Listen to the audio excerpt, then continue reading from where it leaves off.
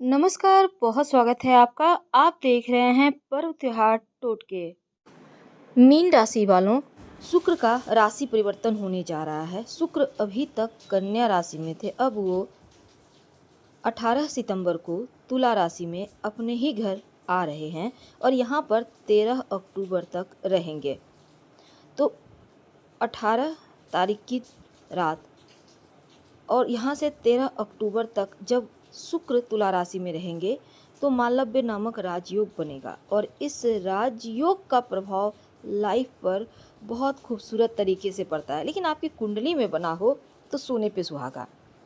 तो ये जो करीब 23-24 दिन का समय है, ये ऐसा समय है जो आपको ऊंचाइयां देगा। आखिर क्या मिलेगा और किन चीज़ों से परहेज करना है, ये हम जानेंगे।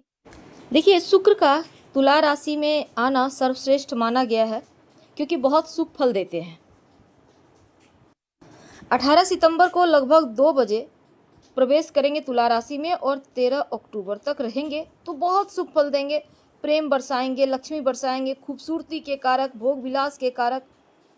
तुला राशि में जब शुक्र आते हैं तो शुभ फलों की वर्षा करते हैं। कन्या राशि में रहकर नीच के होकर शुक्र केतु के साथ थे तो पारिवारिक खुशियों में ग्रहण लगाए हुए थे, मान सम्मान में भी ग्रहण था। और जैसे ही नीच राशि को छोड़कर वो अपनी ही राशि में आएंगे, मालव्य नामक राजयोग बनाएंगे, तब यहाँ पर क्योंकि देखिए शुक्र के ऊपर किसी अन्य ग्रह की दृष्टि शुक्र का अपना जो फल है खुलकर दे पाएंगे। मीन राशि वालों, शुक्र का ये परिवर्तन आपके अष्टम भाव में होगा। अब अष्टम भाव अनिश्चितता का भाव है, आपके ऊपर शनिदेव की 7.5 भी चल रही है। तो जब शुक्र अष्टम में आते हैं ना, तो भोग की अधिकता करा देते हैं।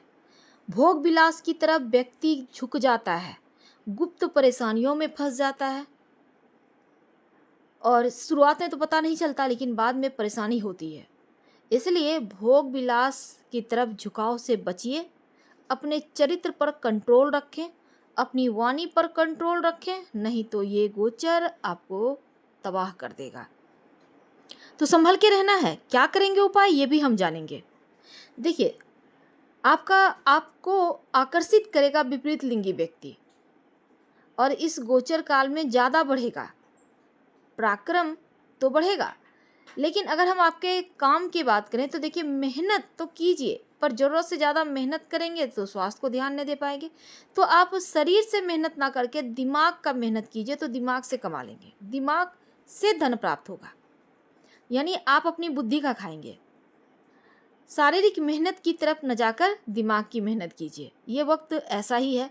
अब देखिए, इस समय अगर आपकी कुंडली में समय सही चल रहा है तो फिर उतनी परेशानी नहीं है, लेकिन 7.5 ही है। हालांकि शनिदेव वक्री हैं, लेकिन फिर भी आपको थोड़ा ध्यान रखना है। अब देखिए, आप वाणी से इस गोचर में जरूर कमाएंगे। अगर आप वाणी वाले क्षेत्र से जुड़े हैं, अगर आप सिंगर हैं, आर्टिस्ट हैं, तो फिर आपके लिए वक्त बढ़िया, आपको टेंशन नहीं लेना। काम की अधिकता पर ध्यान दीजिए और इस समय खान पान पर से भी ज़रा कंट्रोल रखेंगे।